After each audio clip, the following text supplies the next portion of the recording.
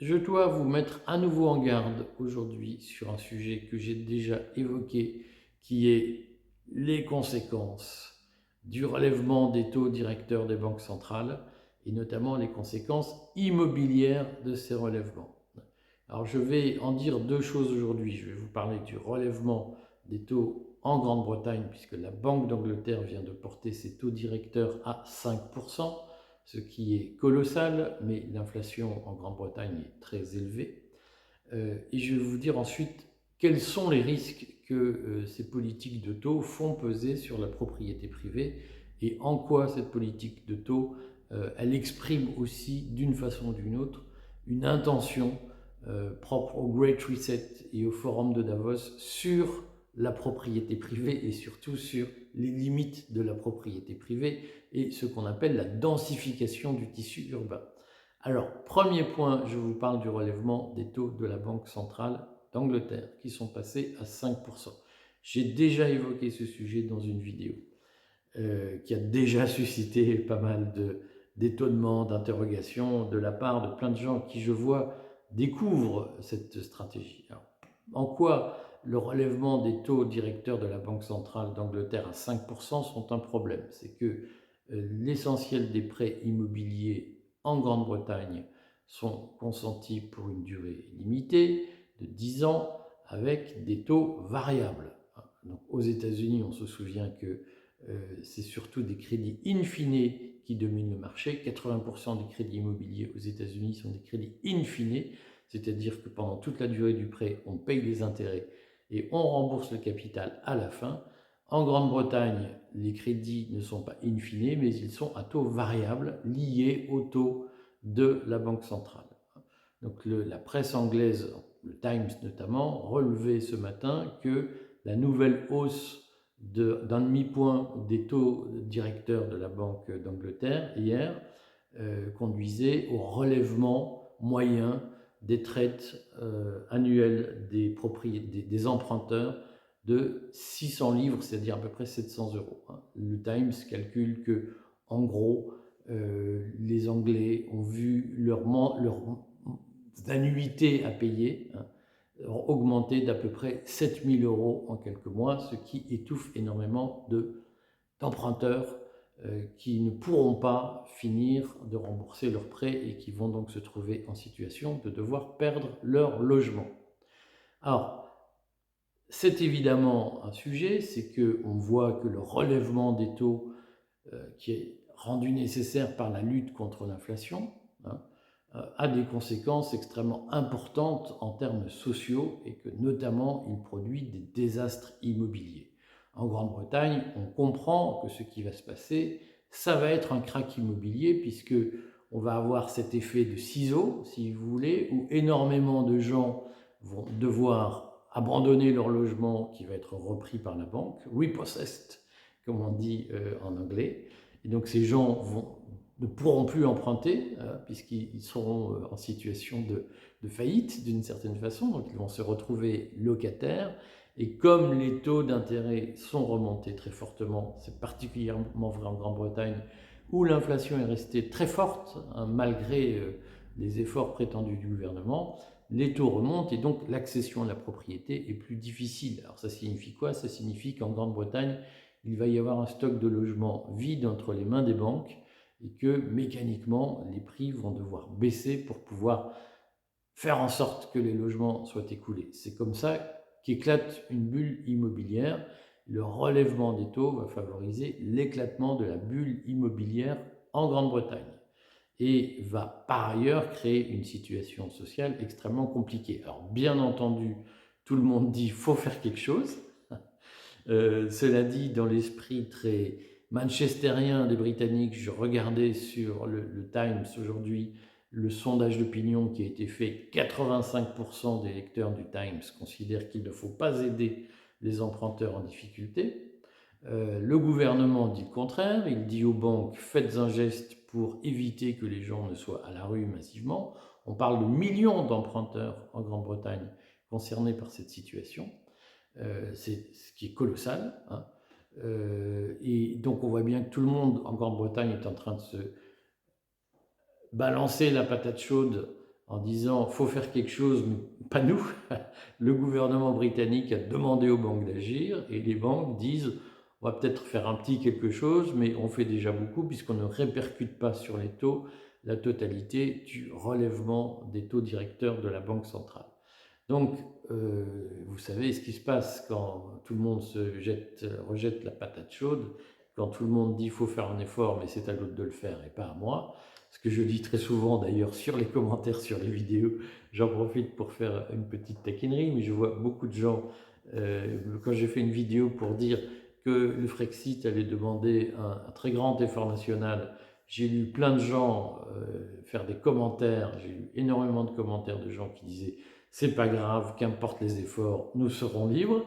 Et chaque fois que je fais une vidéo disant il faudrait faire un effort sur les dépenses de l'État, diminuer les aides sociales, diminuer ceci, diminuer cela, ceux qui m'écrivaient que c'était pas grave les efforts, ils allaient les faire, sont souvent les premiers à expliquer que certes ils veulent bien faire des efforts, mais c'est surtout les autres qui doivent en faire et pas eux. Hein. Il faut faire quelque chose, mais plutôt les autres que nous. Ça existe aussi en Grande-Bretagne, ce n'est pas une spécificité française, et on voit bien qu'en Grande-Bretagne, il va y avoir une crise sociale extrêmement élevée. Du fait du relèvement rapide des taux, beaucoup de gens disant d'ailleurs, mais la Banque d'Angleterre relève très rapidement ses taux parce qu'elle a trop tardé à agir sur l'inflation quand l'inflation apparaissait. Ce qui n'est pas forcément faux, et ça ouvre la deuxième partie de cette capsule, qui est, mais pourquoi se retrouve-t-on dans cette situation où, pendant le Covid, on a consenti en France ce qu'on a appelé le « quoi qu'il en coûte », à l'hélicoptère money, on l'a fait en Grande-Bretagne, on l'a fait surtout massivement aux États-Unis, ça a créé de l'inflation, et les banques centrales ont finalement laissé l'inflation filer un certain temps. Je me souviens encore des déclarations il y a un an de Christine Lagarde, à peu près, oui, c'était en juin 2022, disant nous n'anticipons pas un long épisode d'inflation, l'inflation est temporaire, elle est uniquement due à la crise en Ukraine. Et puis un an plus tard, Christine Lagarde a fait un discours pour dire en fait l'inflation maintenant elle est dans les meubles. Alors bien entendu il y a un effet d'incompétence. Dans le cas de Christine Lagarde, on se souvient qu'à l'été 2008, elle annonçait qu'il n'y aurait pas de crise en Europe, que la crise des subprimes aux États-Unis serait cantonnée aux États-Unis, qu'elle ne toucherait pas l'Europe et surtout pas la France. Et on sait que 3 mois plus tard, la France était dans un marasme terrible. Donc Christine Lagarde est une habituée de l'incompétence économique, comme Bruno Le Maire d'ailleurs, qui nous annonçait il y a un an que l'inflation allait s'arrêter fin 2022, et puis qui nous a dit « Ah mais au premier semestre 2023, l'inflation s'arrêtera », et puis en fait, on voit que maintenant tout le monde dit qu'elle va durer. Nous sommes habitués à l'incompétence de ces dirigeants. Je sais que beaucoup, de façon un peu complotiste, ont l'habitude de dire « Mais non, c'est calculé, ils savent très bien ». Moi, je pense que et Christine Lagarde, et qui d'ailleurs à l'époque avait une plume, hein, qui était Koenig,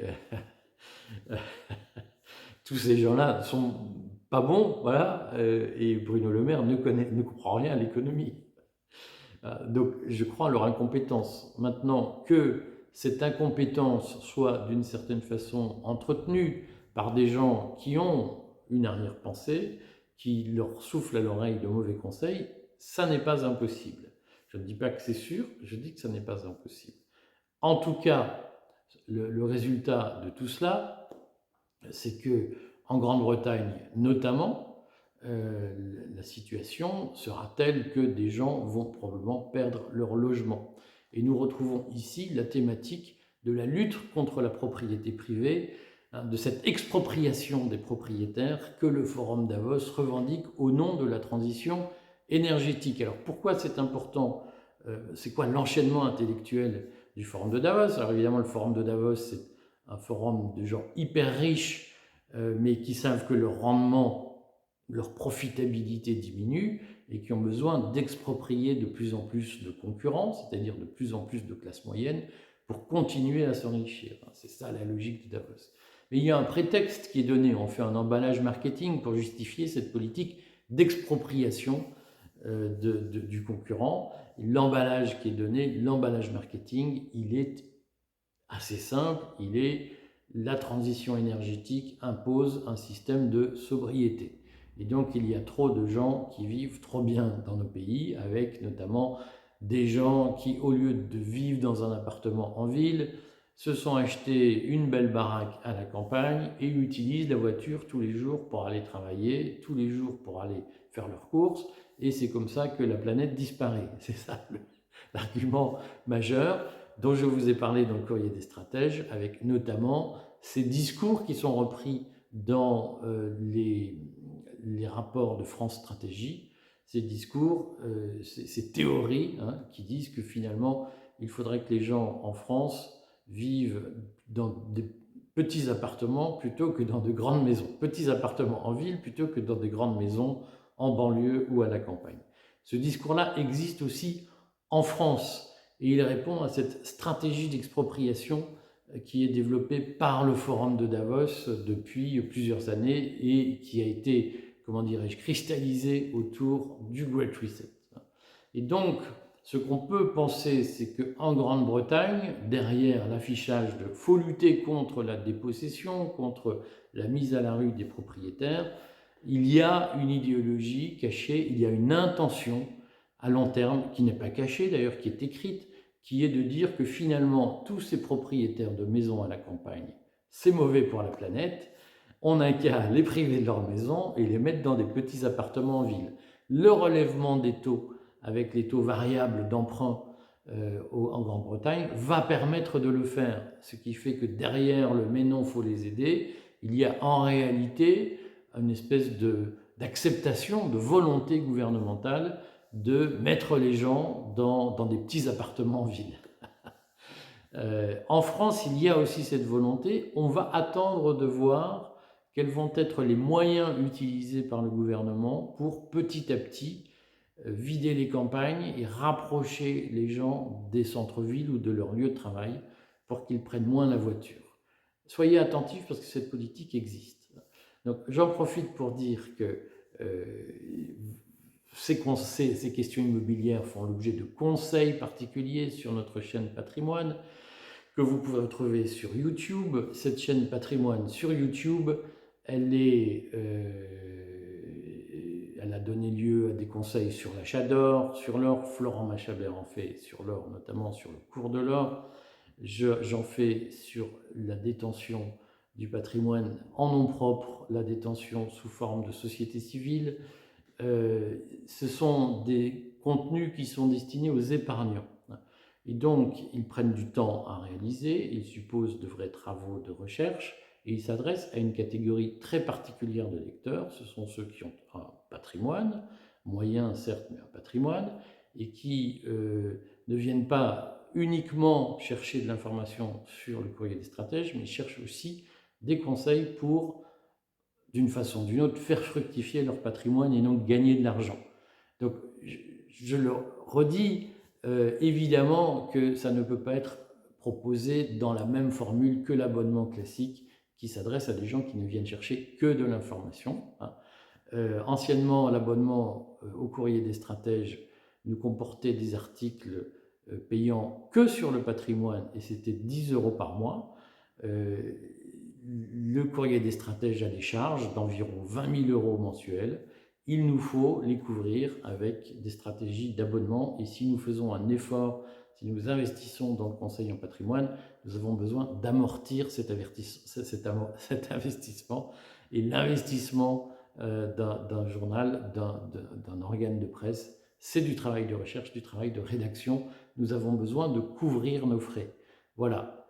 Ces conseils patrimoine que vous ne trouvez nulle part ailleurs parce qu'ils sont des conseils que nous donnons parce que nous-mêmes nous investissons à titre personnel, c'est 5 € par mois sur la chaîne YouTube, ça fait 60 € par an, 60 € par an pour arrondir son patrimoine, pour le faire fructifier, surtout dans des temps de crise. Je pense que c'est vraiment pas cher. Voilà, à bientôt.